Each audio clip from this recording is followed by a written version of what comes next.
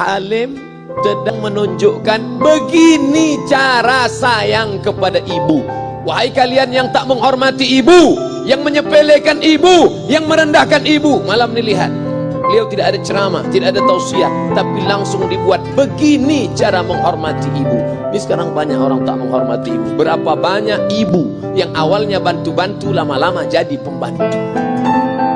Dulu dia tidak tarawih, kenapa? Karena kita menangis merengek di rumah. Sekarang di hari tuanya dia tidak tarawih juga. Kenapa? Dia menjaga cucunya. Berapa banyak itu terjadi? Jangan sampai. Dia tidak pernah menolak cucunya, dia sayang. Tapi kita yang berpikir, berapa kali dia tidak jadi sholat duha karena kita kencing di kaitnya. Berapa kali dia tidak tarawih karena kita menangis merengek sampai subuh datang. Berapa kali dia tidak iktikaf karena kita. Andai dia masih hidup hari ini, datang, belikan pakaian yang paling dia suka, belikan perhiasan kalau ada. Andai tidak cium tangannya, tapi yang sudah meninggal dunia, jangan lupa kau doakan, Rabbil firli wali walidayya warhamhuma kama rabbayani shaghira. Berdoa pun kau tak mau, apalagi yang akan kau bawa menghadap Allah SWT.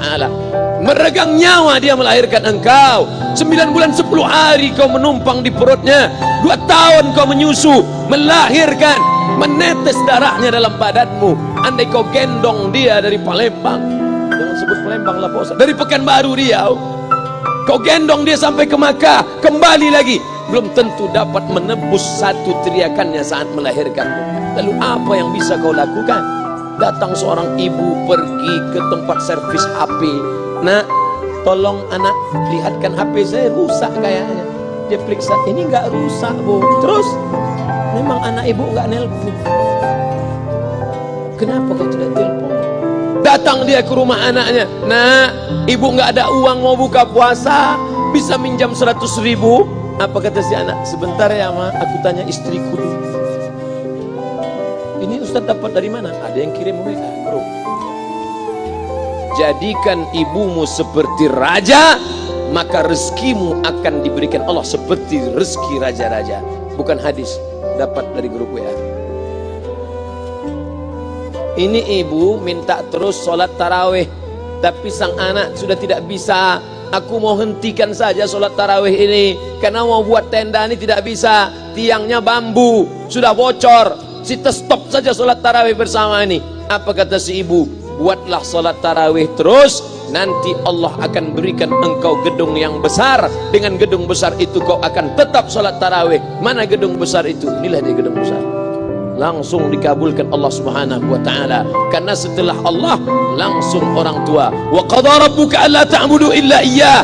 Allah sudah wajibkan engkau menyembah Allah. Setelah Allah, wa bil walidaini ihsana. Kedua orang tua. Jangan kau lawan ibumu. Kayak anak-anakku, jangan kau lawan ibumu. Karena kau lawan ibumu, kau tak pernah mencium kebahagiaan. Walaupun hartamu banyak, kau akan berenang dalam air mata penderitaan sampai kematian datang. Ada pezina hidup di dunia senang, ada pecandu narkoba hidup di dunia senang, tapi orang yang durhaka tetap dapat dosanya dibalas Allah di akhirat. Di dunia juga dapat. Ustaz, kalau di akhirat dapat, di dunia dapat, untuk apa lagi di dunia? Yang di dunia itu DP-nya. Nanti di akhirat akan kau dapatkan cashnya. Oleh sebab itu jangan main-main dengan ibu. Datang seorang laki-laki, ya Rasulullah, izinkan aku mati syahid. Karena orang yang mati syahid itu tidak akan merasakan sakratul maut illa kal qars, seperti cubitan pada tangan. Izinkan aku mati syahid, karena kalau aku mati syahid tidak akan ada azab kubur. Izinkan aku mati syahid, karena kalau aku mati syahid tidak akan ada hisab, langsung masuk surga. Nabi bertanya, alaka min ummin, ibumu masih hidup? Ibumu ada di rumah? Ya. Ilzam rijlaiha fathammal jannah, urus tapak kakinya, akan kau dapati surga di sana. Tak perlu kau mati syahid, tapak kakinya kau urus, kau dapati surga di sana. Kalau tapak kakinya kau urus dapat surga, apalagi kau urus kepalanya, apalagi kau urus badannya. Pulang dari sini, urus ibu, mandikan dia, belikan pakaian yang baik, cari makanan kesukaannya. Kalau dia sudah meninggal, maka kau datang ke sana, langsung dapat tisu. Bapak Ibu yang dimuliakan Allah Subhanahu wa ta'ala, ini Ustadz suaranya menggelegar nih, marah apa? Enggak, saya tak marah. Terus dikasih Haji Alim buka nasi kuning tadi, makanya suara menggelegar. masukkan Pak Kapolda daging sama ayam 3. Masya Allah, ini kari Palembang nih Pak Ustaz. Mantap, menggelegar suara kita di rumah. Bapak Ibu yang dimuliakan Allah Subhanahu wa taala, datang seorang laki-laki, kata Nabi sallallahu alaihi wasallam, nanti akan ada laki-laki yang datang kemari minta doanya, doanya kabul. Sahabat heran, kami yang hidup sama Nabi, kami yang perang sama Nabi, kami yang jihad sama Nabi, kenapa mesti minta doa dia? Dia tidak pernah ketemu Nabi. Pokoknya nanti kalau dia datang, minta doa sama dia. Setelah Nabi SAW meninggal, barulah dia datang. Orang itu bernama Uwais Al-Qarni. Kenapa doanya makbul? Dia merawat ibunya. Kalau ibumu kau rawat, doamu dikabulkan Allah Subhanahu wa taala. Apa yang kita lihat malam ini adalah buah bakti kepada seorang ibu. Ya Rasulullah, man ahaqqun nas bi husni sahabati? Siapa yang paling layak mendapatkan baktiku? Ummuka. Siapa lagi? Ummuka. Siapa lagi? Ummuka. Ibumu, ibumu, ibumu. Thumma man? Siapa lagi? Abuka. Kami Ustadz, Jenderal Bintang 5, alim ulama, kami hanya dapat 1, sedangkan kalian ibu dapat 3. Ibumu, ibumu, ibu. Kenapa ibu dapat 3? Karena ibu bisa melakukan 3. Ibu mengandung, ibu melahirkan, ibu menyusukan. Kalau bapak mau dapat 3, coba yang 3 itu. Pulang dari sini, pergi ke tempat jual kelapa muda, beli 1. Jangan dibelah, ikat di perut 9 bulan 10 hari. Kalau mau merasakan melahirkan, pulang dari sini, pergi ke tempat jual mangga, telan bulat-bulat, keluarkan bulat-bulat. Emang enak jadi perempuan.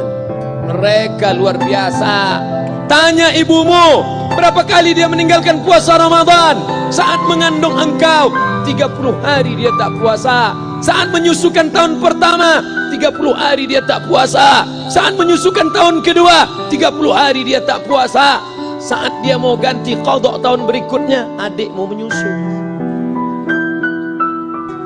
Hari ini dia belum mengqadha puasanya, dia terhutang di hadapan Allah. Lalu apa yang bisa kau lakukan? Malam ini betul-betul disadarkan. Alhamdulillah, ibu saya masih hidup, umurnya 70 tahun. Saya akan pulang dari kajian malam ini. Nampaknya malam ini saya yang ceramah, saya yang tausiah, tapi saya mengambil pelajaran. Pulang dari sini saya akan lebih sayang pada emak saya. Saya lebih cinta kepada ibu saya. Saya malu, saya hanya pandai berceramah, berkata, tapi orang sudah mengamalkannya langsung. Haji Alim membelikan gelang ibunya 2 kali sampai 4 kali setahun. Gelang cincin sudah dibelikan 2 bulan, hilang. Kemana? Ada orang susah tadi aku kasih. Ternyata itu yang membuat rezeki melimpah ruah. Maka rezeki buah yang sudah matang harus kita joloknya dengan apa? Dengan berbakti kepada ibu. Bapak Ibu yang dimuliakan Allah, saudara-saudaraku yang dimuliakan Allah Subhanahu wa taala. Ibu ini luar biasa. Sampai-sampai ibu, Ustaz jangan nunjuk pakai tangan kiri lah. Oke, pakai kanan. Ibu, andai ngomong ibu salah, tetap dikabulkan Allah Subhanahu wa taala. Ada seorang ibu memanggil anaknya, "Ya Juraij, wahai Juraij." Anaknya sedang beribadah. Ibadah pada Allah atau nyambut ucapan ibu? Allah lebih mulia, dia diam. "Ya Juraij," dia tetap diam. "Ya Juraij," dia tetap diam. Dia tidak jawab seruan ibunya. Sampai akhirnya ibunya berkata, apa kata ibunya? "Allahumma la tumithu hatta turihi wujuhal mumisat." Jangan matikan Juraij sebelum matanya melihat wanita, maaf, tunasusila. Jangan matikan Juraij sebelum matanya melihat wanita tunasusila, WTS PSK, orang nakal, orang jahat. Tidak mungkin ahli ibadah matanya melihat orang jahat. Tapi takdir berkata lain. Tak lama setelah ucapan sang ibu, ada seorang WTS PSK hamil. Tidak diketahui suaminya, ditangkap, ditanya, "Siapa yang menghamilimu?" Apa kata si perempuan? "Yang menghamiliku adalah Juraij." Sampai Juraij ketika difitnah, perempuan wanita susila itu ditanya, "Siapa yang menghamilimu?" Ternyata dia berkata, "Juraij."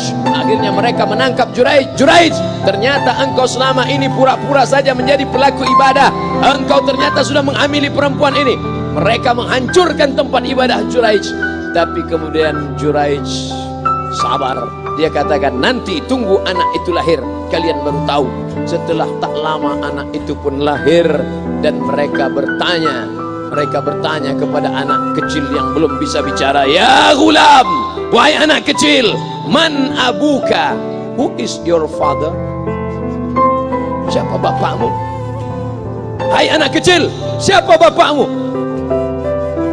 Juraij menusuk pusar anak itu dengan telunjuknya. Dia mau tunjukkan kepada orang ramai bahwa dia tidak salah, dia tidak pezina, dia tidak melakukan perbuatan dosa. Ya gulam, hai anak kecil, man abuka, siapa bapakmu? Apa kata anak kecil itu? Ko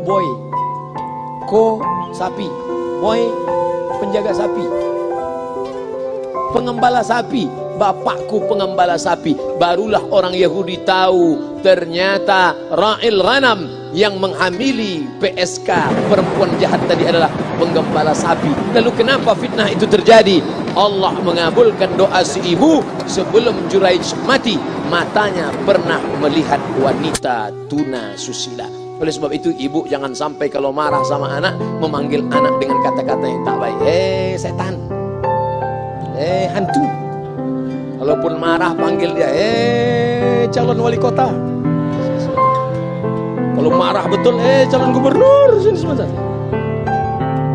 Doa ibu dikabulkan Allah Subhanahu wa taala.